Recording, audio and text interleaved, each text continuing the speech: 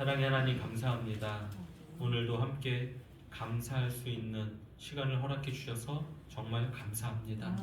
1년의 결과물을 주님 앞에 드리고 또 마음을 드리고 우리의 생각을 드리고 우리의 인생을 드립니다.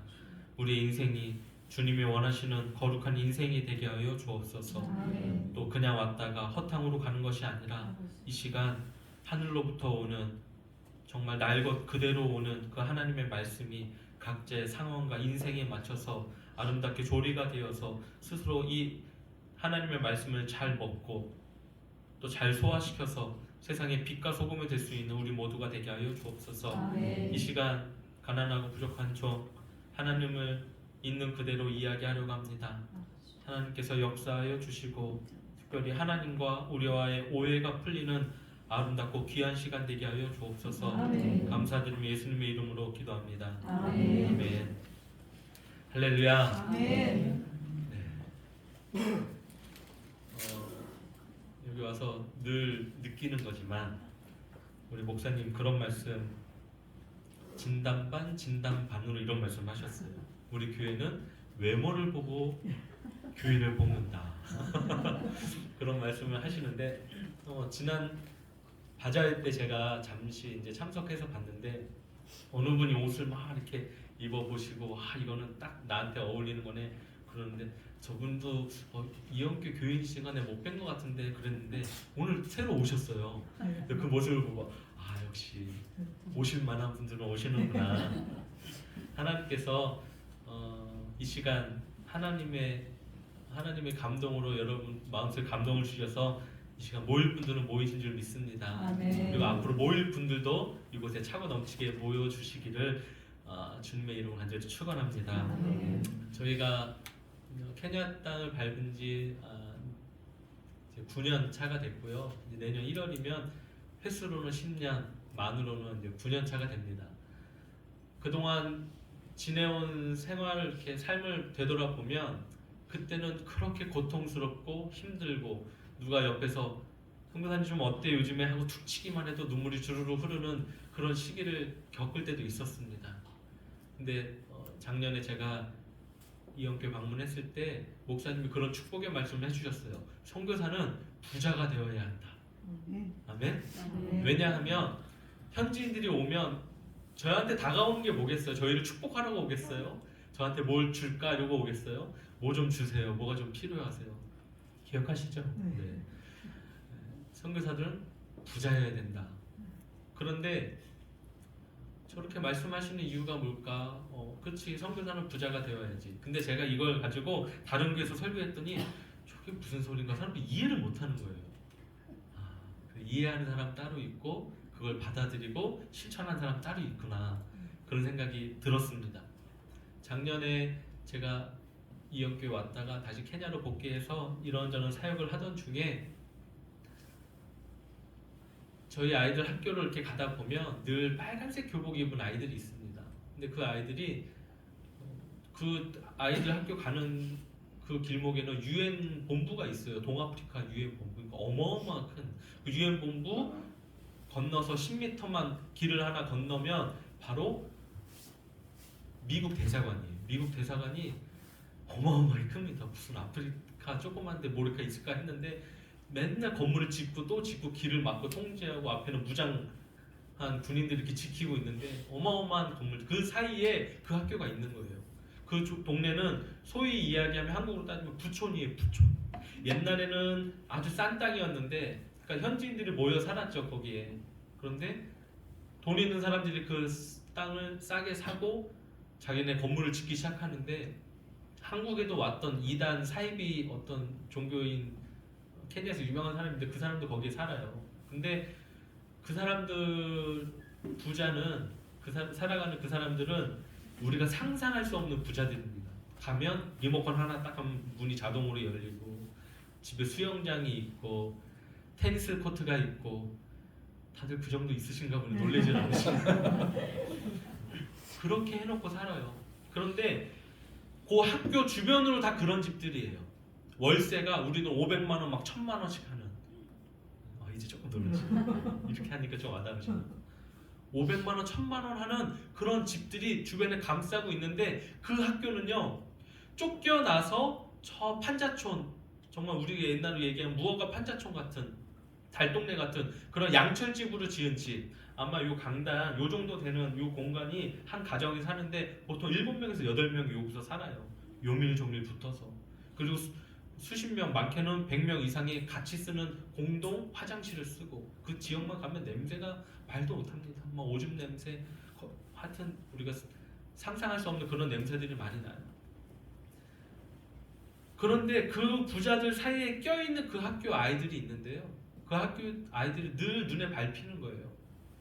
그래서 저 아이들을 어떻게 도와주면 좋을까? 우리 스태프들이랑 야, 우리 저 학교 가서 뭐가 필요한지 물어보자 라고 물어보는 그 찰나에 저희 앞집에 아줌마가 저희 집에 수시로 오거든요. 뭐 부침개 만드는 법 좀 알려달라, 뭐 김치 담그는 것 좀 알려달라. 그래서 뭐 김치도 저희가 집에 있는 거 좀 나눠주기도 하고 야채 부침개 먹으면서 와 이렇게 맛있는 게 이게 한국은 음식이 정말 너무 다양하다 뭐 그러면서 하여튼 그 놀래는 할머니가 계시는데 막 문을 두드려요. 무슨 일입니까 그랬더니 나보고 도와줄 사람들이 있대요. 그래서 왜요 그랬더니 제가 도와줘야 되겠다 하는 그 학교 이름을 대면 체레타라고 라고 하는 부르는 학교인데 그 학교 학생들 좀 도와줘야 된다는 거예요. 그래서 뭘 도와주냐 그랬더니 부잣집들 사이에 껴있는 학교인데 너무 가난해서 밥을 못 먹는다는 거예요. 하루에 한 끼밖에 먹지 못한다는 거예요. 그럼 내가 뭘 도와주냐 그랬더니 점심을 좀 도와줬으면 좋겠대. 점심 한 끼를. 그러면 몇 명이냐 그랬더니 와투 웬기 싸나 그래. 이게 케냐 말로 애들이 너무 많아 이렇게 얘기해요. 근데 이 추상적으로 500명이 많은 건지 100명인지 제가 모르잖아요. 그래 알았어. 일단 내가 이런 얘기까지 들었으니까 내가 가봐야 되나. 이거 하나님 주신 음성이겠다 생각을 들어서 스태프들하고 갔습니다. 근데 학교가 겉으로 보이게 크지 않아요. 얼마 안 되겠구나. 이제 교장 선생님 만나서 상담을 하는데 제가 여기를 급식을 좀 도와주라는 어느 자매님의 요청이 있어서 물어보는데 학생이 몇 명이나 됩니까? 그랬더니 1100명이래요. 보니까요 안에 들어가 보니까 깊숙하게 학교 교실들이 다 있는 거예요. 그리고 한 반에 저희 어렸을 때처럼 또 어르신들 어렸을 때처럼 막 60명, 80명 이렇게 있는 거예요. 그 아이 지금은 뭐 20명, 30명 수준이잖아요. 근데 그렇게 많은 아이들이 거기에 바글바글 하고 있었던 거예요. 그래서 제가 기도했습니다. 하나님 도와줘야 될 것 같은데 저들에게 음악을 가르칠까요? 아니면 댄스를 가르칠까요? 아니면 좀 이렇게 재능 있는 친구들 모아서 뭐 운동을 가르칠까요? 그랬는데 별로 말씀이 없으셔요. 감동이 없어요. 그런데 제가 급식 얘기를 괜히 꺼냈어요. 그 교장 선생님한테. 언제부터 해줄 거냐요. 그래서 제가 이런 얘기를 했습니다. 아니 이렇게 부자 사람들 사이에 껴있는 학교인데 이 사람들이 도와주지 않습니까? 그랬더니 어쩌다 한번 도와주긴 하는데 코로나 이후로는 아예 끊어졌다고 하는 거예요. 그럼 제가 기도해 보겠습니다. 그랬더니 그분은 언제부터 도와줄 건지 생각만 하고 있대요. 저는 이걸 해줘야 되나 말아야 되나. 왜냐하면 그 아이들 급식을 하면 한 달에 들어가는 대충만 계산해도 200~300만 원 들어가겠는 거예요. 제가 그 돈이 없죠. 그때 당시에 제가 급식을 하고 있었던 아이들이 160명이에요. 160명에 비하면 벌써 10배 가까운 아이들인데 그걸 제가 어떻게 하겠어요. 이런 생각을 가지고 있었는데 케냐에 저희 선교사들을 위로하시겠다고 아프리카에서 사역하는 감리교 선교사들을 위로하시겠다고 한국에 있는 교회와 어떤 높으신 분들이 와서 저희를 위로회를 하는데 각 선교사님들마다 5분을 줄 테니까 에피소드를 얘기하래요. 그래서 난 뭘 할까? 근데 뭐 선교사님들 강도한테 당한 거, 또 어디서 돈 뺏긴 거, 권총광도가 머리 총대서 있는 거 다 뺏기고 핸드폰 다 뺏기고 하여튼 뭐 별별 에피소드를 다 얘기해요. 나는 뭘 얘기할까 하다가 이 학교 얘기를 그대로 꺼냈습니다.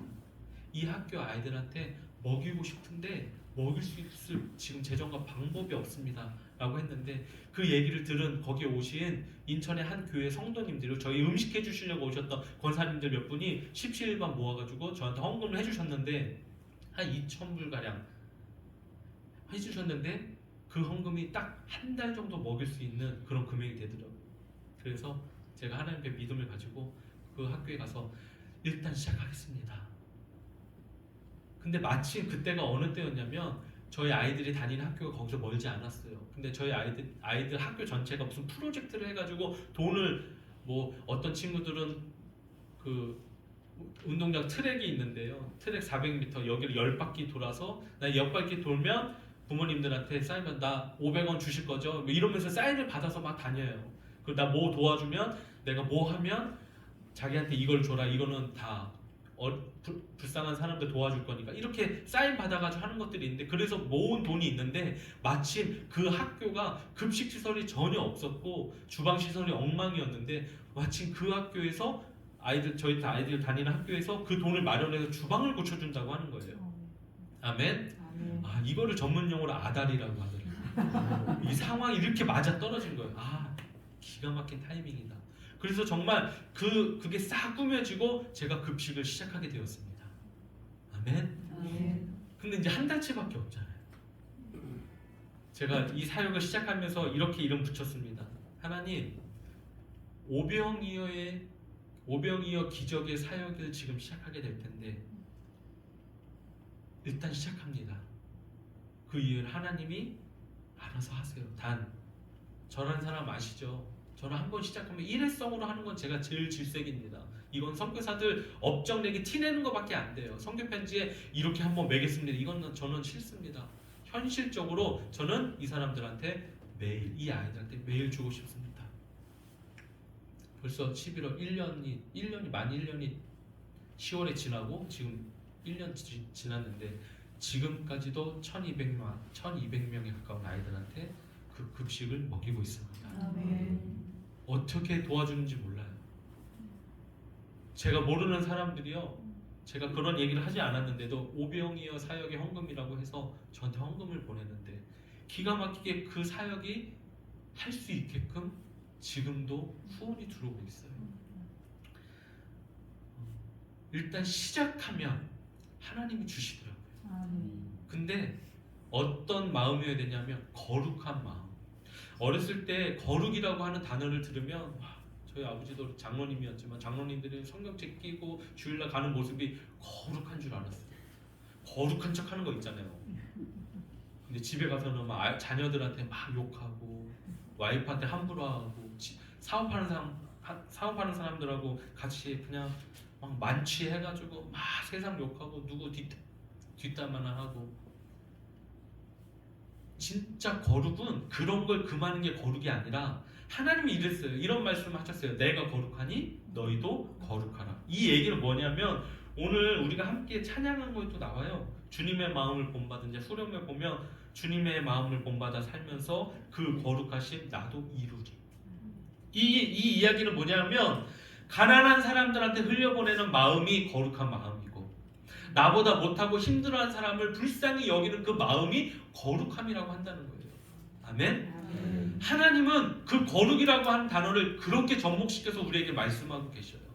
내가 거룩하니, 내가 가난하고 힘들고 어려운 사람들의 쳐다보고 그들에게 어떻게 도와줄까, 그들을 도와줄 사람이 누굴까라고 찾고 있는 것처럼, 너희도 내가 어떻게 도와줘야 될까, 내가 누구를 도와줘야 될까 하고 생각하는 그 생각이 바로 거룩함이라고 성경은 이야기하고 있습니다. 오병이어의 사역은 거룩한 사역입니다. 여러분의 바자회에 했던 그 사역은 거룩한 사역인 거예요. 아멘? 오늘 본문의 이야기를 제가 잠깐 말씀드리겠습니다. 우리가 너무 잘 알고 있는 얘기죠. 여리고성을 빙빙 돌았더니 성벽이 무너진 이야기. 저는 어렸을 때부터 이 이야기를 많이 듣고 자랐습니다. 그리고 많은 분들로 하여금 이 이야기가 무엇을 의미하는지 각자 해석을 막 해서 제가 많이 들었습니다. 그런데 제가 이 말씀을 잘 읽다 보니까 저만이 깨달아지는 부분들이 있었어요. 하나님이 이스라엘 백성에게 말씀하십니다. 여리고성을 돌라고요. 근데 그 여리고성은요, 수십 일, 수개월 동안 그 성문이 열리지 않아도 그 안에서 자급자족할 수 있는 시스템이었던 것 같아요. 여러분, 누가 출입하는 자가 없다고 성경에 분명히 기록되어 있습니다. 이스라엘 자손들로 말미암아 여리고는 굳게 닫혔고 출입하는 자가 없더라. 지금 우리가 생각해 보면 북한과 같은 모습이 아닐까라는 생각을 하게 됩니다. 고립되어 있잖아요. 함부로 사람들이 왔다 갔다 할 수가 없어요. 참 위험합니다. 근데 왜 밖에 사람들을 들어오지 못하게 하냐면 밖에 있는 외부 문화가 들어오게 되면 자기네 유지하고 있는 체제가 무너질 수 있기 때문에, 어떤 외부적인 게 아니라 막 누가 공격하고 이게 아니라요, 밖에 들어오는 생각들, 밖에서 들어오는 생각들과 밖에서 들어오는, 지금으로 얘기하면 자본주의, 민주주의 이런 것들이 들어오면 자기네가 유지하는 체제가 무너질 것 같으니까 이 사람들이 문을 닫아버린 거예요. 다시 얘기하면 그 안에 있는 사람들의 살아가는 구조는 우리가 흔히 설명할 수 있는 피라미드 구조입니다. 맨 상위 1%, 0.1%는요 너무 행복하게 잘 살아요. 그런데 바닥에 있는 사람일수록 어떻게 사냐면 그 상위 1%를 위해서 손톱 발톱이 다 빠져나가도록, 머리가 다 빠지도록, 그리고 채찍에 맞아서 온몸이 성한데가 없는 그런 모습으로 이 사람들이 살아가고 있는 거예요. 그런 살아가고 있는 모습 가운데 갑자기 경비원이 이렇게 외쳤을 겁니다. 밖에 이상한 사람들이 돌고 있다. 어딜 돌아요? 성을 돌고 있는 거예요. 예수님, 하나님 말씀하셨어요. 야, 하루에 한 바퀴씩 돌아라. 그냥 돈 거예요. 여러분, 광야 40년을 광야 40년 생활을 한 이 여리고 성을 돌고 있는 이스라엘 백성들 생각해 보세요. 맨 처음에 있는 사람이랑 맨 뒤에 있는 사람이랑 뭐가 똑같을까요? 어떤 게 똑같을까요? 네? 자신 있게 얘기해 주세요. 괜찮습니다. 돌고 있는 거요? 한번 모습을 상상해 보시겠어요? 어떤 모습이었을까? 앞에 있는 사람이나 저 뒤에 있는 사람이나 행색이 똑같아요. 40년 동안 불기둥 구름기둥을 하나 지켜주셨긴 했지만 바람에 혹은 모래에 아니면 비치는 자외선 햇빛에 옷이 바랬을 거예요. 앞에 있는 사람이나 저 뒤에 있는 사람이나 몰골이 똑같았을 거예요. 그런데 오늘 본문에 나와 있진 않지만 뒤에 보면 10절에 여호수아가 백성에게 명령하여 이르되 너희는 외치지 말며 너의 음성을 들리게 하지 말라라고 얘기했어요. 그 얘기는 뭐냐면 누구도 명령하지 않은 거예요. 야, 빨리 걸어. 야, 조심히 가. 야, 웃지 마. 야, 떠들지 마. 이런 명령하는 사람 하나 없이 그냥 자율적으로 돌았다는 거예요. 근데 이 경비원들, 여러분이 경비원이라고 생각하고 한번 보세요. 경비원이 자기가 지키고 있는 성 안을 쳐다보면 어떤 모습이에요? 저 위에 상위 1%와 저 바닥에 서민들이 대체적으로 다른 게 뭐예요? 옷이 달라요. 먹는 게 달라요. 쓰는 말이 달라요. 그런데 저 밖에 돌고 있는 사람들을 보니까 뭐가 같아요? 서로 옷이 같아요.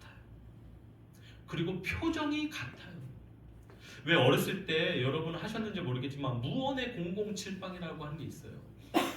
네모를 그려서 007빵 했는데 근데 소리가 내면 안 돼요. 소리 나면 인디안 막 해가지고 막 매를 맞아요. 근데 사람이 희한하게도 웃지 말자 그러면 더 웃겨요. 하여튼 그런 게임이 있어요. 뭐 해도 야 지금도 웃는 거 없어? 근데 어떤 애 갑자기 방구를 뿡 꼈어요.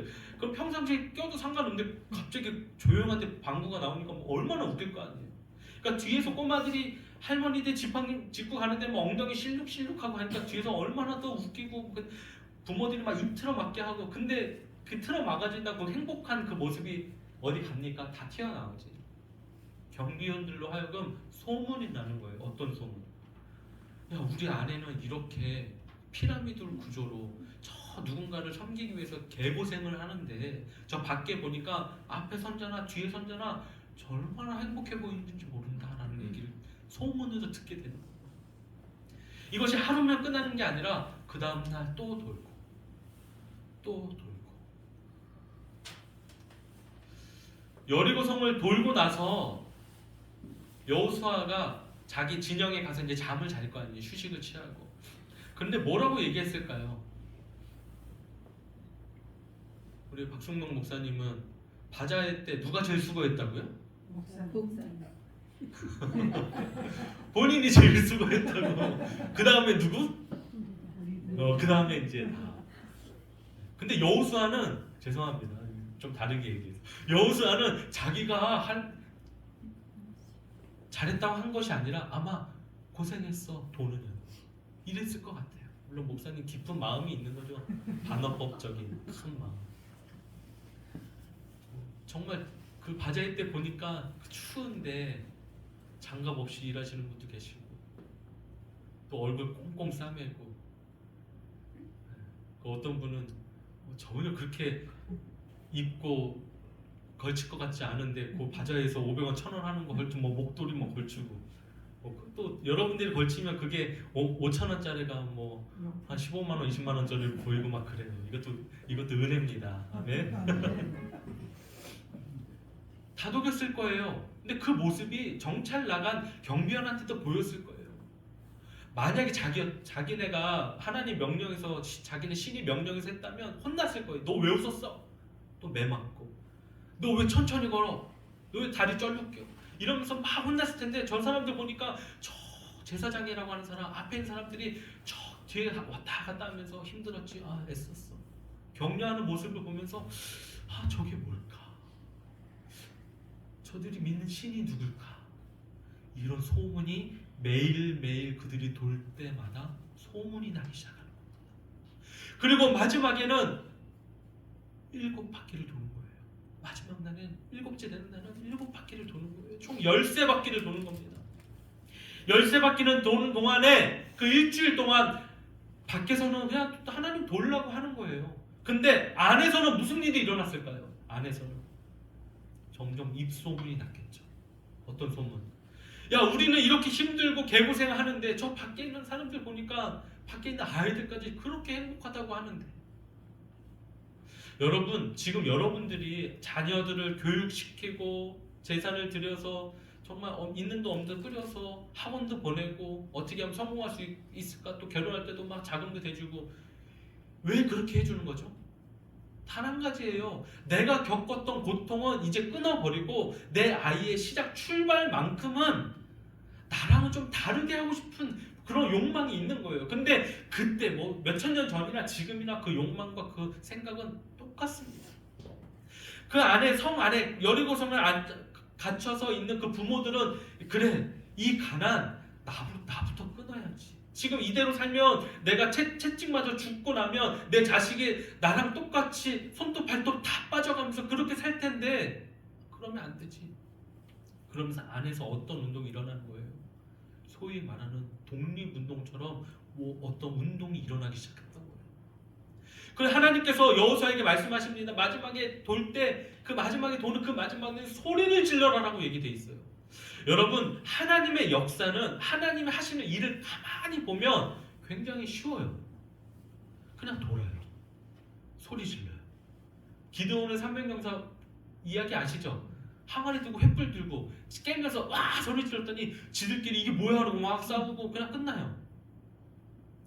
엘리야 할 때 보면 그 불이 쫙 내려가지고 그냥 게임 끝. 기드온의 300용사를 얼마 전에 어느 분 설교하는 걸 제가 이렇게 들었는데 그분들 하는 얘기를 틀렸다고 하는 게 아니라 저는 이런 생각이 들었습니다. 하나님 왜 300명이 필요했을까? 왜? 그 사람들이 이렇게 물을 이렇게 조신히 떠먹어서 그렇잖아요. 그러니까 뭐 학자들마다 목사님들마다 이렇게 조신하게 떠먹고 야, 주위를 살피는 저 모습이 너무나 아름다워서 자, 저 정도면 잘 순종하고 저는 그렇게 생각하지 않고요.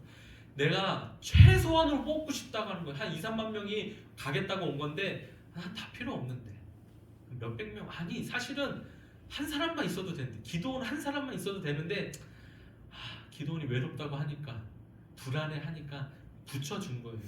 용사를. 아멘. 300명이면 되는 거예요. 아니 100명이면 되는 거예요. 우리 박승명 목사님한테 여러분이면 되는 거예요. 아멘. 지난번 바자회 하는 모습 보니까 일당 100이 아니라 일당 1000씩 하시더라고요. 이거는 대형교회에서도 이렇게 못합니다. 진짜예요. 제가 많은 교회들을 봐왔잖아요. 여러분도 많은 교회를 경험해봤고 이렇게 95% 아니고 100% 떡을 이렇게 만들어서 보내시는데 떡볶이 떡을 그 100%가 일하는 교회는요 전무후무합니다. 그래서 목사님이 애 제일 많이 쓰신 거네요. 100%를 끌어내시는 거 존경합니다. 지금 이 안에 잘못된 체제들이 있었는데 거룩한 체제가 밖을 돌고 응원을 해주는 거예요. 소리를 와 질러주는 겁니다. 이 안에서는 사람들끼리 서로 밤마다 모여서 얘기했었고, 야 우리 자식들을 위해서라도 이제 그만해야 되지 않냐? 여기서 나가야 되지 않냐? 이제 멈추자 우리. 이거 이런 사람 지긋지긋하잖아. 저 밖에 있는 사람들이 믿고 있는 저 신을 우리가 받아들이게만 하면 우리도 저 밖에 있는 사람들처럼 저 앞에 선자나 뒤에 선자나 옷 비슷하게 입고 행복하게 웃을 수 있잖아. 우리가 우리 자식도 저 뒤에 행렬에 붙여서 저 아이들처럼 웃게 만들자. 여러분 2002년 월드컵을 기억하실 거예요. 시청 광장에 모여서 또 여기는 여기 나름대로 어느 광장에 모여서 또 가호 모여가지고 집에서 막 응원하고 빨간 티 입고 막 치킨 시켜가면서 막 했을 거예요. 지금 손흥민 뭐 이강인 뭐 이런 사람들 보면 너무 잘하거든요. 근데 2002년 잘했긴 했는데 사실 우리 실력이 그 정도는 안 됩니다. 저도 어려서부터 축구를 해봤어가지고 조금 볼 줄은 아는데요. 그 정도 실력은 안 됐어요. 근데 그 사람들이 4강까지 신화라 그러잖아요. 신화. 이거는 사람이 할 수 있는 게 아니에요. 뭔가 누가 딱 들었다 놨다는 거예요. 근데 그게 가능한 이유가 여러분 뭐라고 생각하세요? 응원이죠. 지금도 그럼 바로 나와요. 대한민국 바로 나와요. 그때 저도요 제 아내랑 연애할 때인데 차 끌고 나가가지고 크락션을 막 울리면 길 가던 사람이 아무나 막 시끄럽다 하지 않아요. 그냥 대한민국 하고 태극기 막 외치고 소리 지르고 막 흔들고 막 이랬어요. 전 국민이 응원을 하니까 4강이 가능했던 거예요. 우리가 절대 이길 수 없는 그 강국이 무너져 버린 거예요. 이제는 여리고성 안에서도 뭔가 움직였을 겁니다. 이 사람들이 그래 우리 자식들한테는 이런 거 물려주지 말자. 우리가 그래 독립하자. 독립운동가 정신으로 이 안에서 뭔가 스물스물 움직였습니다. 그때 마치 자기네들이 그래 이제부터다라고 하는 그 순간에 저 밖에서 우리를 응원하는 소리가 들리는 거예요. 그러니까 저 위에 지도자들이 엄청 긴장하고 놀랬겠죠. 이게 뭐야 어리둥절하고 있을 때 자기네 밑에서 99%의 사람들이 치고 올라옵니다. 밖에서는 소리가 들립니다. 밖에서 우레야 같은 소리가 들리니까 이 사람들이 정신이 하나도 없는 거예요. 그때 비로소 뭐가 무너졌어요? 성이 무너졌는데 진짜 무너진 건 체제가 무너진 거예요. 아멘? 잘못된 체제, 사탄이 지배하던 악한 체제가 드디어 무너지고 하나님의 나라가, 거룩한 나라가 그 안에 심겨졌어요. 역사학자들이 얘기합니다. 성벽이요 밖에서 안으로 누가 밀어서 무너진 흔적이 아니라 안에서 밖으로 무너졌다는 그런 역사적인 그 역사학자들이 얘기하는 그런 설들이 있어요. 저는 그게 맞다고 생각합니다. 그 안에서 가스라이팅 당하고 그루밍 당했던 그 사람들이 이제는 이게 아니다라고 거룩한 밖에서 오는 그 거룩한 바람을 듣고 그 생각을 듣고 비로소 그 안에서 여리고성을 무너뜨렸다고 하는 거예요. 지금 우리는 그 일을 하고 있는 겁니다. 아멘. 케냐에 아무리 부자들이 많이 산다 할지라도요 선교사 한 사람 한 가정이 보잘것없지만 그들을 돕겠다고 하는 그 마음을 따라갈 수가 없어요. 그들의 잘못된 생각과 잘못된 체제를 선교사 한 가정이 무너뜨리고 있는 겁니다. 그렇다면 저와 여러분이 저만 선교사가 아니에요. 여러분도 선교사지. 아멘? 근데 어떤 선교사냐? 보여주는 선교사. 여러분은 주변 사람들한테 보여줘야지만 됩니다. 사람들은요 보여지지 않으면 몰라요. 바자회 할 때 보니까 보여지고 있더라고요. 다행히 우리 이영교회는 보여지고 있더라고요. 어린 아이가 와서 그 함에 이렇게 넣고 가고 부모가 넣는 걸 아이들이 이렇게 지켜보는 모습을 보면서 저게 보여주는 건데 부모가 이게 여기서 판매되는 거는 아주 귀한 일에 쓰인대, 불쌍한 사람들 도와준대, 이렇게 교육하면서 하나님에 넣는 그 모습이요 보여주는 거예요. 여러분 정말 귀한 일을 하고 계십니다. 겸손하셔가지고 또 인정 안 하시고 아멘 안 하시고 보여줘야 이렇게 아름다운 거예요. 아멘. 아침부터 빵을 만들어 오시고 과일을 세팅을 하고 이게 우리한테 보여지니까 아름답구나, 귀하구나, 이렇게 사람들한테 전해지고 알려지는 거예요. 아멘. 하나님이 이제 알았어요. 왜 외모로 이영교회 성도님들을 뽑으시는지. 지난 바자회 때 우리 목사님이 색안경 끼고 성도님들을 바라보는 거 말고는 다 좋더라고요. 자꾸 성도들 색안경 끼고 보시는데, 그러니까 목사님의 생각과 교인들의 생각이 일치가 되니까 이 안에서 거룩함이 생기는 겁니다. 아멘. 저는 알잖아요. 30대부터 우리 목사님, 저는 그때 20살이었는데 그때부터 지금까지 이렇게 만나서 온 그 스토리를 알잖아요.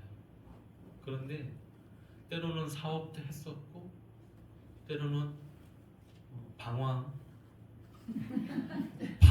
하셨죠. 방화. 산을 홀라당 태우는 그런 일도 하셨는데 방화도 하시고 방황도 하시고 그런 모습이었지만 제가 봤을 때는 중심은 늘 똑같았어요. 그러니까 제가 여기 와서 얘기하죠. 제가 지금까지 친분을 갖죠.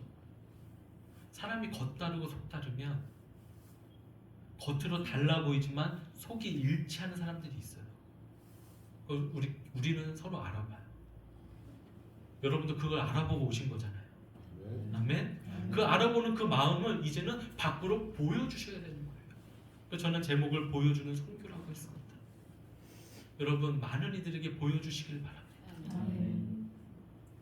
저도 보여줍니다. 대놓고 보여줍니다. 선교사가 이런 일을 하는 거라고, 이런 일을 하는 사람이 거룩한 거라고, 하나님이 내가 거룩하니 너희도 거룩하라고 하는 그 말씀 맞는 이야기입니다. 여러분 나보다 못한 사람, 나보다 계단이 조금이라도 낮게 있는 사람들 보고 뭐야 왜 저렇게 살지? 그게 아니라 어쩌다 이렇게 살게 됐을까? 내가 도와줄 게 없을까? 금전적으로는 아니라면 내가 마음으로, 내가 생각으로, 기도로 저들을 어떻게 도와줘야 될까? 그런 마음을 갖고 갔다 보면 지금도 어둠 속에 계시는 예수님을 만나시게 될 줄 믿습니다. 하나님은요, 우리가 높은 데 계시는 그 하나님 천국 막 얘기하는데요, 아니에요. 하나님은 낮고 낮은 자에게, 아멘. 심령이 가난한 자는 천국이 저일 것이요. 우리는 천국을 만들어가는 사람들입니다. 죽어서 가는 천국이 아니라요, 천국을 이 땅에 임하게 하는 게 천국입니다. 아멘. 주기도문에 나오잖아요. 하나님의 나라가 임하시오며, 하나님이 계시는 그곳이 바로 천국인 줄 믿습니다. 아멘. 이 세상을 하나님 만드시고 보시기 좋았더라 다 만드시고 사람을 만드시고 심히 좋았더라. 하나님은 이 땅을 천국으로 만드신 거예요. 근데 우리가 지상 천국이란 말을 못 써요. 왜냐하면 이단들이 이걸 자꾸 갖다 써가지고 무슨 여호와의 증인이다, 신천지다, 하나님이 천국을 이 땅에 만드셨다니까요. 아이고 내가 괴로우니까 빨리 죽어서 천국 가야지. 아니에요. 사도신경에 신앙 고백에 이렇게 돼 있어요. 뭐라고 고백돼 있어요? 주님이 다시 오실 때 죽은 자와 산 자를 심판하시고, 다시 얘기하면 지금은요 다 잠들어 있는 거예요. 주님이 다시 오셔야만 그때 비로소 심판을 받고 천국이냐 지옥이냐라고 결정되는 거지. 우리가 이 개념을 우리가 늘 고백하면서도 이 개념을 좀 다르게 가지고 있는 것 같아요. 죽은 나사로의 이야기를 할 때도 회당장 딸 그 아이 이야기할 때도 사람들이 죽었다 얘기하는데 잔다라고 얘기해요. 여러분 우리는 매일 밤 잠들어요. 그죠? 피곤할수록 잠이 후딱 들어요. 여러분이 인생 만쳤을 때 여러분이 그냥 잠드는 거예요. 그리고 예수님과 함께 즐거웠던 시간을 꿈꾸는 거예요. 그러다 보면 우리의 이름을 부르실 겁니다. 아멘. 아무개야 일어나라. 그러면 그 얘기 듣고 할렐루야 일어나서 그때 비로소 우리 신랑이신 예수님을 받아들이고 천국을 다시 한번 맛보면 되는 거예요. 아멘. 아멘. 하나님의 기적은 지금도 있습니다. 아멘. 제가 찬양 한 곡하고 끝날 텐데요. 찬양의 제목은 야베스의 기도예요. 야베스라고 하는 사람이 있습니다. 근데 그 야베스의 이름 뜻은요, 나를 슬프게 하는 사람이라고 하는 거예요. 왜냐하면 야베스라고 하는 이 남성을 낳을 때 엄마가 죽을 고비를 겪고 고통에 고통을 겪다가 이 아이가 나왔어요. 그런데 이 야베스가 뭐라고 기도했냐면, 원컨대 주께서 나에게 복을 주셔서 나의 지경이 넓혀지기를 원합니다. 그런데 하나님이 그 기도를 들으시고 허락하셨대요. 이 이야기는 무엇이냐면요, 야베스가 그냥 지경을 넓혀주고 내 땅이 넓어지게 해주고 내 돈이 많아지게, 이게 아니라 하나님, 내가 지경이 넓혀질 텐데 내 지경 안에 드는 이 사람은 내가 책임지고 먹이고 입히겠습니다. 내 지경 안에, 내 이름 안에, 내 이름을 알고 있는 그 사람한테는 내가 입히고 먹이고 배부르게 살게 할 테니, 그들의 삶에서 가난이라는 걸 내가 없애줄 테니 나에게 복을 주세요. 내가 그들을 입히고 먹이고 가난에서 벗어나게 하겠습니다. 그랬더니 하나님이 어그리하신, 동의하신 거. Yes, I can do it. 그렇게 할게. 고맙다. 네가 내 마음을 품어줬어. 아멘. 아멘. 여러분 지경이 넓혀지기를 축복합니다. 아멘. 자, 찬양하고 내려가도록 하겠습니다.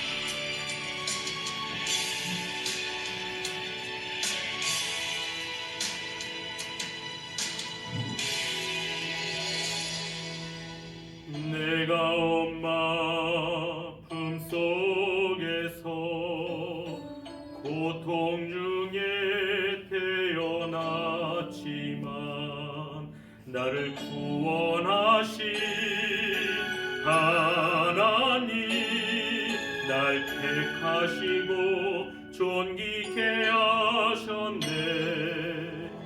내 평생에 여호와를 섬기며 그 말씀만 따라 살아가리. 주의 집에 나 항상 거하리니.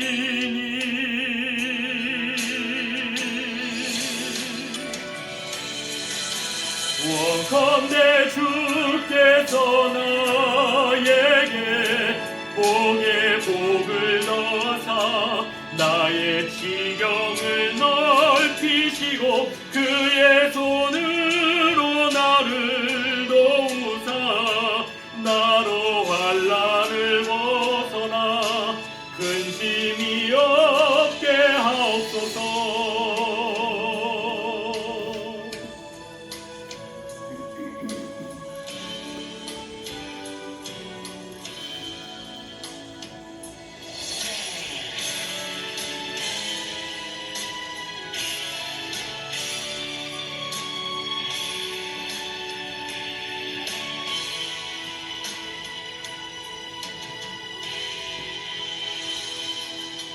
내 평생에 여호와를 섬기며 그 말씀만 따라 살아가리. 주의 집에 나 항상 거하리.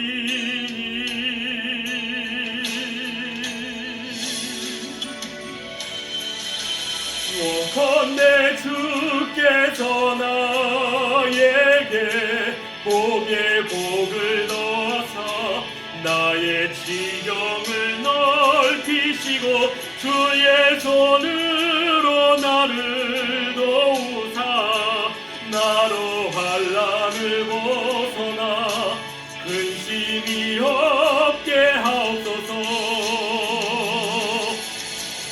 내가 전심으로 여호와께 구하였더니 내 하나님께서 들으시고 내 간구하는 모든 것 허락하셨도다.